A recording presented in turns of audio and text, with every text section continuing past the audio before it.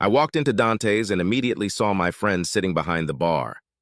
"Henry, what the hell are you doing in an establishment like this?" "Who are you calling a diner?" It was Dante, and he was working behind the bar. Dante was very attached to his establishment and sometimes had a hard time separating himself from it. "Sorry, it's nothing personal, Dante. I'm just surprised. I haven't seen my friend here in almost a month." "Well, keep your mouth shut, or you can meet your friend elsewhere." "Yeah, Dante, sorry." I threw my leg over the bar stool and lowered myself next to Henry. "Where have you been, kid? I was beginning to think you disappeared off the face of the earth." He looked at me and, taking a deep breath, replied, "Not too far from here, I guess. Bob was staying with me, and to tell you the truth, I was afraid to leave him alone." "Yeah, I heard he finally divorced that bitch. Hell, sounds to me like he should throw a party. Free at last, thank God Almighty, he's free at last." Henry laughed. "He doesn't think so. You know he's been in love with that bitch since they were in college together, right? Heck, everyone who dated her thought she was a terrible flirt. He's put up with it for far too long, if you want my opinion." "Well, he didn't exactly put up with it. He used to complain to me, but he always found an excuse for her behavior." "Not anymore. He's hurt and angry, but he's finally had an epiphany." "So he dumped her? Great. Tell him it's like childbirth. It hurts at first, but there's a big life on the other side, and it's time for him to get it over with." Henry laughed. "Childbirth? Is that your estrogen talking, Paul?" I was laughing now. "Okay, tell him it's like a root canal. It hurts at first." Whoa, I have a dentist appointment this week, and I don't need to think about that." "Okay. Besides, the truth is, divorce is more like hemorrhoids. Alimony payments cause pain that keeps coming back."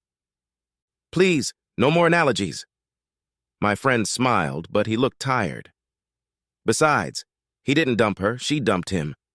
He worked at their office in LA for a week, and when he came back Friday night, she was gone. She'd moved out. She took everything of value and practically cleaned out their accounts. What a bitch. No warning, no discussion, not even an email. She just left." "Damn, that's cold." "Sunday night he showed up on my doorstep and was fucking loopy. Talk about crying into a beer. They'd been married for 5 years, but if you count the year of their engagement and their last year of college, they'd been together for 7 years. And then, without a word, she just picked up and disappeared." "I think he'll be relieved." "Are you kidding? He was insanely worried. She didn't even leave a note. He sat up the first night without sleep, hoping and waiting for her return. The first weekend he called everyone he knew, contacted the police, but he still didn't sleep. Monday morning came, he called her office, and who do you think answered the phone? The bitch was at work like nothing happened. That's when he lost his temper. He's yelling at her, then thanking God she's okay, and she just doesn't say anything and waits for him to finish. When he finally ran out of breath, he asked her, 'What the hell were you thinking? I was so worried about you. Where have you been?' I just sit there speechless and listen. I mean, I thought she was a bitch, but Bob is a good guy and no one deserves this. You know what she says? Cold as ice, she says, 'I'm sorry, Bob. It didn't work out between us. I want a divorce.' She told him that on the damn phone." Damn, that's cold as ice. That can't be the whole story. Hell no, that's just the tip of the iceberg. Does he already know what happened? Why now? Oh, yes, he knows. She moved in with her boss from work. When he finally tracked her down and confronted her, she was like, "Bob, you've been a good husband, but you know we're not going anywhere. James makes twice as much as you do, and he's getting promoted. He wants to take care of me. We never got along, you and me. I've tried to get out of it, but it's better this way." And blah, blah, blah. Can you believe that? Before I could answer, Ben walked in. "Henry, what the hell?" "God damn it, if you call my place a diner, I swear I'll throw you out of here."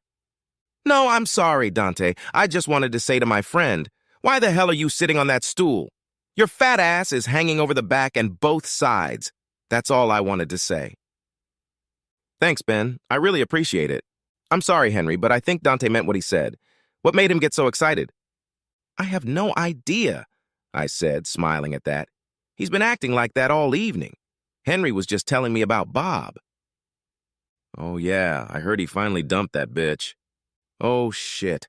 I'm going to have to tell the whole story all over again. Look, I can't sit on this damn tiny bar stool all night. If I'm going to be repetitive, I need to eat dinner. I decided it was partly my fault, though now that I think about it better, I'm not quite sure why, so I said, Dante, 3 of the biggest burgers with fries, and we'll take them over there. I pointed to a booth at the other end of the hall. And 3 beers. Nice guy, I thought. I don't think Ben had ever run away from a check in his life. We settled into the booth and Henry began to retell the story. Ben's reaction was similar to mine, with lots of "what a bitch" and "good riddance." About the time we had worked it all out and Ben was up to speed, Jason came over to our table. Henry, what the hell? No! All 3 of us said it together. Don't say it, just don't say it! Jason looked at us like we were crazy. Okay, so what are you guys talking about? Holy shit, I have to go through this again. One of you guys will tell him. So for the 3rd time that evening, the sad story of Bob and his bitch of a wife was told between friends. Once the story was told and Jason was brought up to speed and a few more beers were consumed, we set about finding a way to help our friend out of his depression. Everyone, and I mean everyone around him, thought it was a good thing. We just needed to convince Bob that life would get better, much better, and everything he could want was just waiting for him to reach out and take it. After a few more beers and careful deliberation, or what could be taken as careful deliberation after a few more drinks, we came up with a plan. We would take Bob to the beach for a long weekend, stock the fridge with beer, and have our buddy have sex. We all agreed it was a brilliant plan. It had everything: beach, beer, and sex. Of course, it was the solution to all his problems. The next morning, despite a slight headache and severe dehydration, we continued to think it was the thing to do and started making plans. Despite the obvious genius of our plan, and we all agreed it was genius, we had one major hurdle to overcome before we could put it into action. Henry was single, but Ben, Jason, and I were married, and each of us wanted to keep it that way. We had wives to convince. Have you ever tried to tell your wife that you're taking a friend to the beach for a long weekend without her? Can you imagine how a wife would react to that? I had been married to Cheryl for 8 years and loved her for 11. Like Bob and the bitch, we met in college and have been together ever since. We have 2 kids, 2 jobs, 1 mortgage, 2 car loans.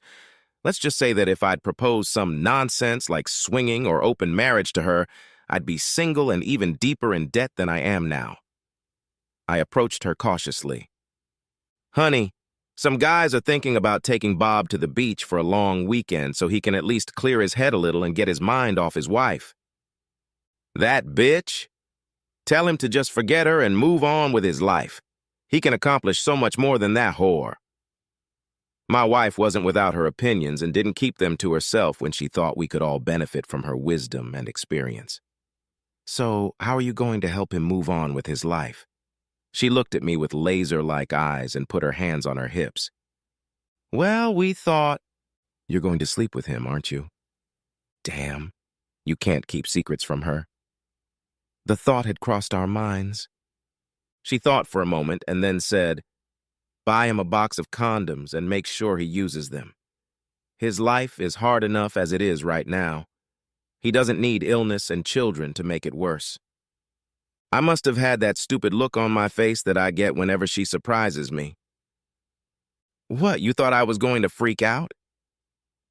Well, yes, that thought crossed my mind. I trust you. You've never cheated on me before, and you're not going to cheat on me now, right? Yes, baby. You know that's true. And you know that if you ever cheat, I'll make your life a living hell, right? A half smile appeared on her face that spoke. I say that to sound funny, but I'm not kidding. No, I'm not kidding. I walked over to her, put my arm around her waist, and said, honey, I've never met a woman who compares to you, and I know I never will. I have no desire to eat ground beef when I have steak at home. And don't you forget it. Now you make sure Bob stays sober enough to get the job done. And remember, you have a wife waiting for you at home with a zero-tolerance policy. Don't drink so much that you forget where you're regularly fed. Got it? This woman never ceases to amaze me. And just like that, the five of us ended up in a ridiculously large multi-room rental overlooking a prime beach. Now I have to be honest with you. I have never cheated on my wife, and I never will. I took every word I said to her seriously. Nowhere and never will I find a woman who can compare to Cheryl, and I'm not looking for one. That said, I was beginning to wish we had brought binoculars with us to the beach. I mean, for crying out loud. The beach was full of young taut skin and very little fabric to get in the way. Ben said it best. If the bathroom door is closed, don't even knock. We all knew what he meant and knew we'd be in there sooner or later trying to relieve the stress of this innocent little vacation. It turned out that Bob didn't need our help that first night, or at all. He didn't immediately agree when we first suggested the trip, but once he did, he became a man on a mission. We never had to explain to him the purpose of the trip, other than to hint that he needed to go because as soon as he got there, the hound would break free. The three of us were never in danger of cheating on our wives. We had the confused look of married men who had been out of the game too long, and it could not be changed.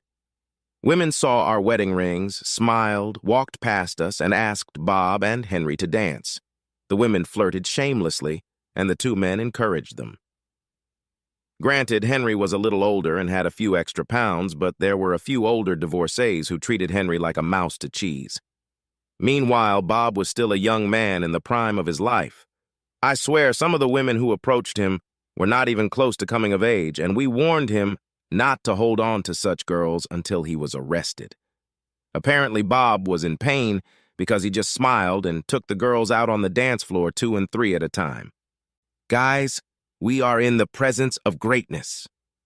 That was all Jason had to say, and we knew it was true.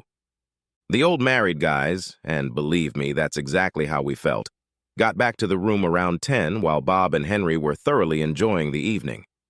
We were sitting in the living room chatting about nonsense and drinking beer when first Henry and then Bob returned with their companions. We tried to avoid awkwardness, but it was never a problem. Henry's date was a divorced woman named Claire in her 30s. She made small talk for a minute or two, gave Henry a look, kissed us, and followed Henry to his room. "You'll have your own breakfast," was the last thing Henry said as he disappeared out the door. Henry wasn't the kiss-and-tell type, but the walls were thin, and it was soon clear to everyone that he was doing his job. Bob arrived about 30 minutes later. His companion was young and nubile. Truth be told, it took our breath away. She said hello, giggled, and pushed Bob into his room. If Henry was getting his way, Bob was moving heaven and earth. When the enthusiasm coming from behind those two closed doors became too much for us, we retreated each to our own room for some quiet reflection and stress relief. We are, of course, happily married, but we are not immune to what we have heard. I got up early the next morning, took a cold shower, got dressed, and knocked on the doors of the other married men. Each of us had the same idea, to get out of the room before the couples started socializing again. We didn't succeed, and we could hear them as we walked out the front door into the morning sunshine. The three of us, Ben, Jason, and I, spent the day at the beach the way married men have spent it for generations. Long walks along the surf, swimming in the cold ocean, eating lunch while watching all the young cuties, and playing miniature golf. Seriously, we were married, and each of us wanted to keep it that way. When we met up with Bob and Henry later, it seemed that the purpose of our trip had been more than accomplished. Bob's date was gone, leaving Bob with a smile that in no way wanted to disappear, and Henry's date, Claire, was still with him. And she was with him both that night and the next day. Bob, on the other hand, went home that night with another young girl, leaving the three married guys to listen to the rhythms and harmonies of the night. We married guys went to bed early, agreeing that we would go offshore fishing the next day. All the while, we were checking in with our wives. Each of us used the full disclosure approach, which included pictures of our bachelor dinners, beach walks, and miniature golf, promises to our wives that we were on our best behavior, and copious details about the exploits of our single friends. If only we had left it at that. I'm not proud of it, But that second night, we decided to take a short video on one of our cell phones that clearly shows three married guys sitting around doing nothing they should be apologizing for. However, perhaps the point is that we chose a moment when the sounds of passion coming from the two bedrooms were particularly loud. Perhaps the beer played a part in that decision. We sent it to our wives to prove our good behavior. We had a long discussion about it after we got home. To my surprise, the drive home was peaceful. Three of us were desperate to ask questions about things we weren't supposed to know, and these two just sat there smiling like the Cheshire Cat. When I got home, I had a brief but very sincere conversation with my wife. "Did you behave yourself?" "Yes, Mom." "Totally? No kissing, no pawing, no fingers where they don't belong?" "Completely. And to be completely honest, Bob and Henry were so quick to snatch up every available woman that we didn't stand a chance." Okay, even I realized those were the wrong words. My wife looked at me with an unkind look. "It's not that we wanted to. I'm just saying that those two guys inspired us all. I never knew loneliness could be like this." She looked less and less satisfied with each word. "I mean, never mind. If you say you've been on your best behavior, I believe you." She took my hand and started walking. "Now come with me." "Where are we going? I've read all your messages, looked at the pictures from your little vacation, and I think one of us needs to unwind. And you probably do too." "Oh my goodness, how I love this woman." Life is going on as it should. Bob was feeling much better after our vacation at the beach, but Henry's life changed the fastest. I wouldn't recommend marrying a girl you met at a bar for a one-night stand, but Henry was always full of surprises. It turned out that Claire was a keeper of the hearth. For a year after her divorce from her cheating husband, she had been celibate. She took her time getting her life in order after the turmoil of the divorce. She told us that she didn't like going to bars and was never alone. But that night she decided it was time for a little dancing. Somehow she quickly discerned in Henry the caring and patient man we all knew and decided to take him as her wife. They were married a year after our trip to the beach and both seemed completely happy with their decision. Bob's development was a little slower. His rough nights at the beach had knocked something out of his system or restored something he was lacking. Either way, he began to feel whole again and began to treat the bitch the same way we all do. She was a colossal mistake he could put behind him. He dated and slept with random young cuties, seemed to know a thing or two about girls, but generally waited until the divorce was final before embarking on any more serious endeavors. Dating in your 30s was very different from dating in your 20s, and choosing women his own age could be a challenge. A year after his divorce was finalized, he met Marie. She had a son from his first marriage and an ex-husband who had left for parts unknown. His first marriage had taught him to take his time, and her own failed first marriage had taught her to be skeptical of the men she met.